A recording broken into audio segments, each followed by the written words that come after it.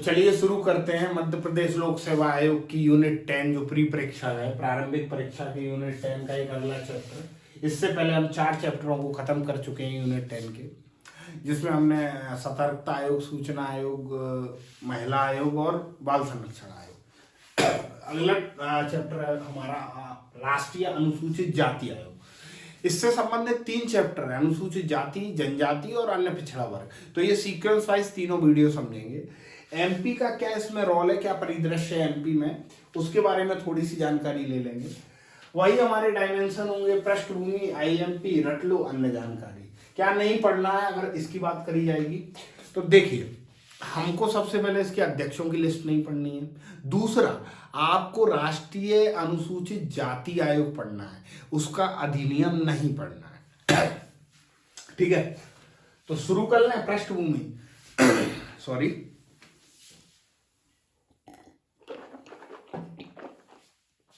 हाँ, अनुच्छेद 338 कहता है कि राष्ट्रपति SC ST, जब मैं बोलूं तो अनुसूचित जाति और जनजाति समझिएगा, SC ST के लिए एक अधिकारी नियुक्त करेगा उनके कल्याण के लिए। जब राष्ट्र संविधान का अनुच्छेद 338 ऐसा बोल रहा है, तो राष्ट्रपति ने 1950 में ऐसा अधिकारी नियुक्त कर दिया, नियुक्त किया, देखा काम कर रहा, भैया एक आदमी क्या करेगा। फिर उसके बाद शासन को, सत्ता को ये लगा है, तो कार्यपालिका ने 1978 में प्रस्ताव दिया और प्रस्ताव के हिसाब से बहुसदस्यीय आयोग का गठन किया गया। किसके लिए? अनुसूचित जाति और जनजाति के कल्याण के लिए, 1978 में। तो यहां पर ये कार्यकारी निकाय हो गया। 1987 में इसी का नाम फिर क्या रख दिया? अनुसूचित जाति और जनजाति आयोग। 87 तक यहां पर राष्ट्रपति की स्थिति समझ लिए, यहां कार्यपालिका की समझ लिए। ठीक है, कार्यकारी निकाय देखिए वही चीज है, जिसका वर्णन संविधान में उसको संवैधानिक निकाय बोलेंगे, जिसका वर्णन जिसका क्या बोलते हैं हम, जिस आयोग का गठन अधिनियम के द्वारा हुआ है उसे सांविधिक बोलेंगे, और जो कार्यपालिका के प्रस्ताव से हुआ है, आदेश से हुआ है, उसको कार्यकारी बोलेंगे। फिर 12 मार्च 1992 की बात कर लेते हैं। तो 12 मार्च 1992 मैंने डेट क्यों बोली? इस समय अनुसूचित जाति और जनजाति आयोग को संवैधानिक दर्जा दिया जा रहा था। मतलब संविधान में इसका गठन किया जा रहा था। तो संविधान में गठन करने के लिए क्या किया जाएगा? संविधान में गठन करने के लिए संविधान का संशोधन किया जाएगा। संविधान में गठन करने के लिए संविधान में संशोधन किया जाएगा। तो कौन सा संविधान संशोधन हुआ? 65वें संविधान संशोधन 1990 के तहत।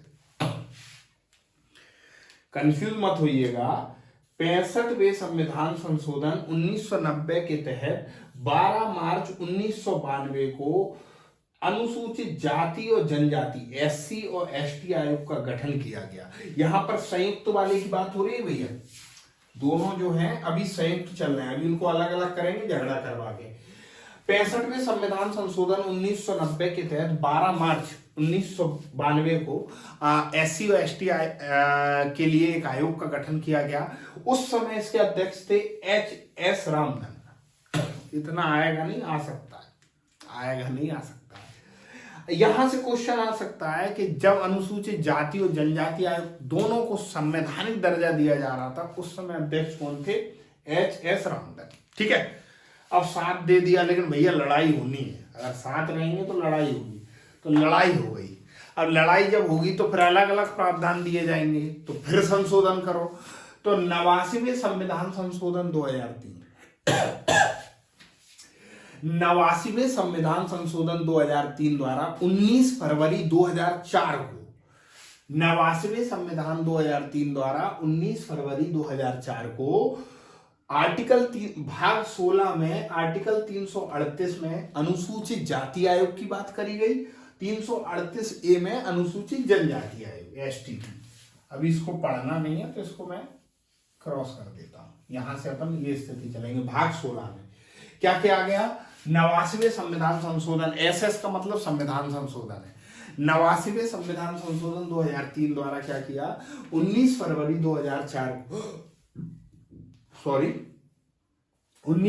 2004 को आर्टिकल 338 के तहत भाग 16 में भाग 16 के आर्टिकल 338 में अनुसूचित जाति आयोग का गठन किया गया। क्या किया गया? अनुसूचित जाति आयोग का गठन। इसकी प्रकृति कैसी थी? तो संविधान में वर्णित है तो संवैधानिक होगी। मंत्रालय इंपोर्टेंट है, याद रखिए, बाद में बताएंगे। सामाजिक न्याय एवं सशक्तिकरण मंत्रालय के अंतर्गत आता है।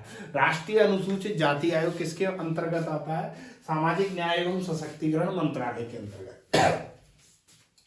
एक सेकंड, ठीक है, थोड़ा स्वास्थ्य डिस्टर्ब है, खराब है। प्रथम अध्यक्ष कौन थे इसके? सूरजभान सिंह। प्रथम अध्यक्ष कौन थे? सूरजभान सिंह। 2 बार कौन चुने गए? पीएल पुनिया। 2 बार कौन चुने गए? पीएल पुनिया। प्रथम महिला कोई नहीं, महिला इसमें थी नहीं। उपाध्यक्ष फकीरबाई बाघेला। एक्चुअली ये निशान आप जो देख रहे हैं ना, वीडियो एक बार शूट हुआ पर कैमरा कहीं ना कहीं कैमरे में कुछ दिक्कत हुई तो शूट नहीं हो पाया। मैंने वीडियो पूरा लेक्चर ले लिया, मुझे पता नहीं चल पाया, ठीक है। तो उपाध्यक्ष कौन थे? फकीरबाई बाघेला। इसके बाद फिर ये रट लो वाला तीसरा डायमेंशन है हमारा। इसमें संरचना की बात कर लो पहले। संरचना में कौन कौन होगा? एक अध्यक्ष होगा, एक उपाध्यक्ष होगा, 3 सदस्य होंगे। एक अध्यक्ष, एक उपाध्यक्ष, 3 सदस्य। क्वेश्चन आएगा कि राष्ट्रीय अनुसूचित जाति आयोग कितने सदस्य है? अध्यक्ष समेत 5 सदस्य है। अध्यक्ष के अलावा 4 सदस्य है। अध्यक्ष उपाध्यक्ष के अलावा 3 सदस्य है, ठीक है। अध्यक्ष को किसके बराबर माना गया है? तो कैबिनेट मंत्री का दर्जा दिया गया है। उपाध्यक्ष को राज्य मंत्री का दिया गया है और जो सदस्य है उसको सचिव के, तीनों जो सदस्य हैं उनको सचिव का। अब इनकी नियुक्ति कौन करेगा? जब यहां पर हमने देखा था राष्ट्रपति, तो यहां पर भी राष्ट्रपति कर रहा है। नियुक्ति कौन कर रहा है? राष्ट्रपति। और हटा कौन रहा है? त्याग पत्र किसे दे रहे हैं? तो भी राष्ट्रपति को। कार्यकाल कितना रहेगा इनका? कार्यकाल इंपोर्टेंट, याद रखिएगा, 3 वर्ष। कार्यकाल कितना? 3 वर्ष। और कितनी बार नियुक्त हो सकते हैं? तो भैया 2 बार से अधिक नहीं हो सकते। 2 बार तो नियुक्त हो सकते हैं लेकिन 2 बार से अधिक नियुक्त नहीं हो सकते, ठीक है। एक बार मैं देख लूं कैमरा चल रहा है कि नहीं। हाँ भैया चल रहा है, कैमरा तो चल रहा है, खुशी की बात है। फिर इसके नीचे आ जाइए, प्रतिवेदन की बात कर लें। या प्रतिवेदन में थोड़ा सा समझिए, यहां प्रतिवेदन 2 स्तर पर है। अगर केंद्र से संबंधित मुद्दा है तो केंद्र को प्रतिवेदन देगा, मतलब राष्ट्रपति को देगा, और राष्ट्रपति उस प्रतिवेदन को कहां रखेगा? संसद के पटल पे। प्रतिवेदन मतलब रिपोर्ट। और अगर राज्य से संबंधित मुद्दा है तो प्रतिवेदन किसे देगा? राज्यपाल को देगा, और राज्यपाल उसको कहां रखेगा? राज्य विधानमंडल पे। ये समझ गए। इसके बाद शक्तियों की बात कर लो। सिविल न्यायालय की शक्ति होंगी। कैसी शक्ति होंगी? सिविल न्यायालय की। आप सिंपल सा याद रखिएगा, पूरे आयोगों में ऐसे बार बार याद करेंगे कंफ्यूजन होगा। सभी आयोगों में सिविल न्यायालय की शक्ति है। सिर्फ राष्ट्रीय हरित न्यायाधिकरण जो प्राधिकरण है, आयोग नहीं है वो एक प्राधिकरण है, उसमें क्या बोलते हैं, दंडात्मक कार्रवाई की भी शक्ति उसको दी गई है, मतलब वह दंड दे सकता है। इसका मतलब ये आयोग जो है ये सलाहकारी आयोग है। ये कैसे आयोग हैं? सलाहकारी, किसी को दंड नहीं दे सकते। कैसे आयोग है? सलाहकारी आयोग, ठीक है।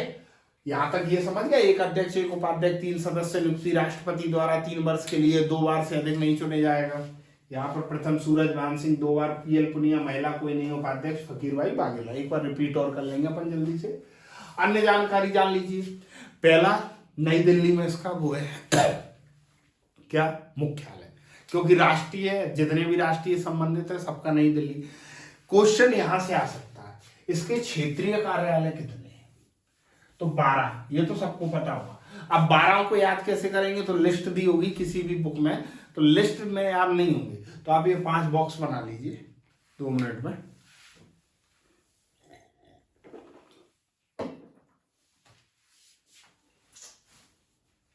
ठीक है, बन गए होंगे उम्मीद करता हूं।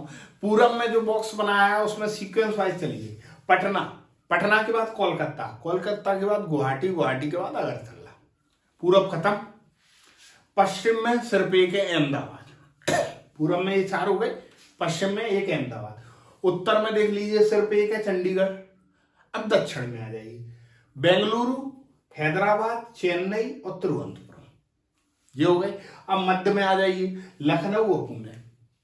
आपको पता नहीं चलेगा, याद हो जाएंगे। कैसे? पूरब में कौन कौन से थे? पहले पटना आ जाओ बिहार पे, फिर कोलकाता पश्चिम बंगाल, फिर गुवाहाटी असम में आ जाओ, फिर त्रिपुरा अगरतला में आ जाओ, पश्चिम में है अहमदाबाद आ जाओ, उत्तर में चंडीगढ़ आ जाओ, दक्षिण में बेंगलुरु, हैदराबाद, चेन्नई और तिरुवनंतपुरम, मध्य में दो ऊपर योगी सरकार में लखनऊ और उद्धव ठाकरे सरकार में पुणे। ठीक है, यहां तक की तो स्थिति समझ गए। कुछ अन्य प्रावधान देख लीजिए, संवैधानिक और सांविधिक प्रावधान, वही संवैधानिक जो संविधान में वर्णित थे, आर्टिकल 15, 16, 17।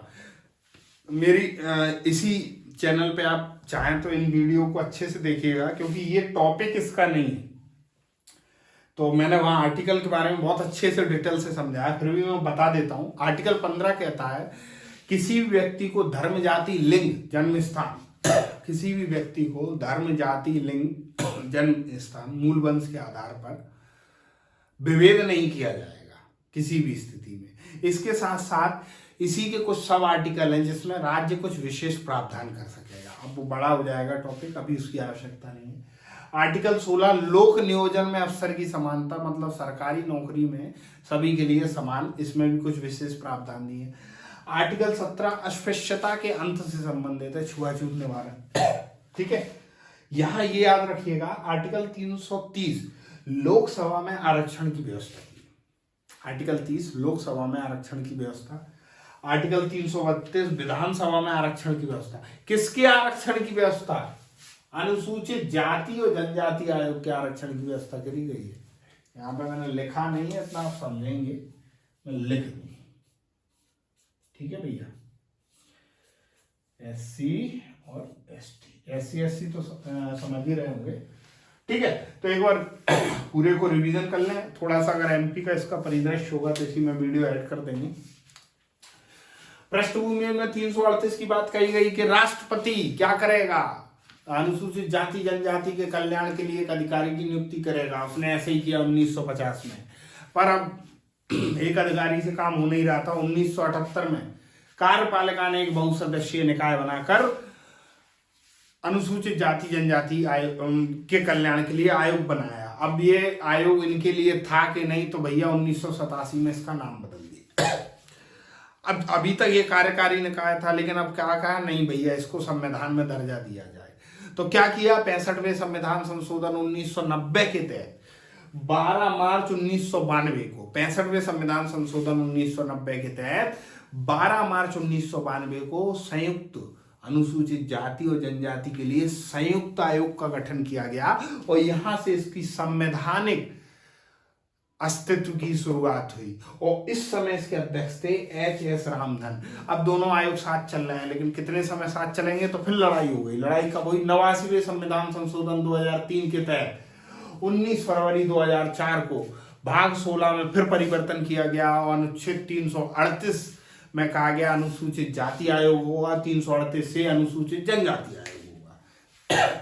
अब यहां से हम अनुसूचित जाति आयोग के बारे में भी पढ़ेंगे। इसकी प्रकृति कैसी है? संवैधानिक है। मंत्रालय कैसा है? सामाजिक न्याय एवं सशक्तिकरण मंत्रालय। अध्यक्ष प्रथम कौन थे इसके? सूरजभान सिंह। 2 बार किसे चुना गया लगातार? PL पुनिया। महिला कोई नहीं थी। उपाध्यक्ष फकीर भाई वाघेला। अब इसके बाद इसकी संरचना देख लें। एक अध्यक्ष, एक उपाध्यक्ष, 3 सदस्य, मतलब 5 सदस्यीय निकाय था। ठीक है, इसके बाद अध्यक्ष कौन था? कैबिनेट मिनिस्टर के बराबर। उपाध्यक्ष कौन था? राज्य मंत्री के बराबर। और सदस्य कैबिनेट सचिव, कैबिनेट सेक्रेटरी के बराबर। नियुक्ति कौन करेगा? राष्ट्रपति करेगा। त्याग पत्र कैसे देंगे? राष्ट्रपति को देंगे। कार्यकाल 3 वर्ष, लेकिन 2 बार से अधिक नहीं चुना जाएगा। 3 वर्ष, लेकिन 2 बार अगर चुन लिया उसके बाद पुनः नियुक्ति के लिए पात्र नहीं होंगे। प्रतिवेदन में थोड़ी सी चीजें समझिए। अगर केंद्र से संबंधित मुद्दा है तो प्रतिवेदन राष्ट्रपति को देंगे, राष्ट्रपति इसे संसद के पटल पर रखेगा। अगर प्रतिवेदन में राज्य संबंधित मुद्दा है तो राज्यपाल को देंगे और राज्यपाल इसे विधानमंडल में रखेगा। इसके बाद कुछ शक्तियों के बारे में बात कर लीजिए। सिविल न्यायालय की शक्ति है, मतलब कि दंडात्मक कार्रवाई नहीं कर सकता, किसी को भी सजा नहीं दे सकता। मैंने ट्रिक भी बताई थी कि राष्ट्रीय हरित न्यायाधिकरण के अलावा सभी न्याय सलाहकारी हैं, इनकी सलाह है, मतलब बाध्य नहीं है कि सरकार इनकी सलाह को माने। इसके बाद कुछ अन्य जानकारी में मुख्यालय दिल्ली, क्षेत्रीय कार्यालय 12, 5 बॉक्स बना लीजिए। पूरब में 4 रॉ को रख लीजिए, कौन कौन से रखेंगे पूरब में आप, पटना, कोलकाता, गुवाहाटी, अगरतला। पश्चिम में अहमदाबाद रख लीजिए, उत्तर में चंडीगढ़ रख लीजिए, और दक्षिण में 4 रख लीजिए, कौन कौन से, बेंगलुरु, हैदराबाद, चेन्नई और तिरुवनंतपुरम। और मध्य में 2 रख लीजिए, ऊपर लखनऊ और नीचे पटना। इसके बाद अन्य प्रावधान में संवैधानिक 15, 16, 17 और आर्टिकल 330 लोकसभा आरक्षण। किसके लिए आरक्षण लोकसभा में सीटों का, अनुसूचित जाति जनजाति के लिए। और राज्यसभा में राज्यसभा कह रहा हूं, विधानसभा में आरक्षण अनुसूचित जाति जनजाति के लिए। ये तो संवैधानिक बात है। सांविधिक में नागरिक अधिकार संरक्षण अधिनियम 1995 इसी के तहत बनाया गया। अत्याचार निवारण अधिनियम बताने की जरूरत नहीं, आपको पता होगा। परंपरागत वन निवास अधिनियम 2006। अगर एमपी का इसमें कुछ रोल होगा तो मैं उसको ऐड करके इस वीडियो को खत्म करूंगा, नहीं तो फिर हम यहाँ पे इस वीडियो का अंत करते हैं। और आप एक काम करिएगा, इस टाइप की एक बुक कोई सी भी लीजिएगा जो ऑब्जेक्टिव है, जिसमें आप इसको वीडियो को 1 या 2 बार देखने के बाद आप इसमें ऑब्जेक्टिव लगाइएगा। 90 से 95% और 96-97% आपके ऑब्जेक्टिव क्लियर हो जाएंगे, और पेपर में भी इसी से संबंधित क्वेश्चन आने वाला है। ठीक है, तो मिलते हैं इसके बाद, देखते हैं अभी एमपी का अगर आ रहा हो तो।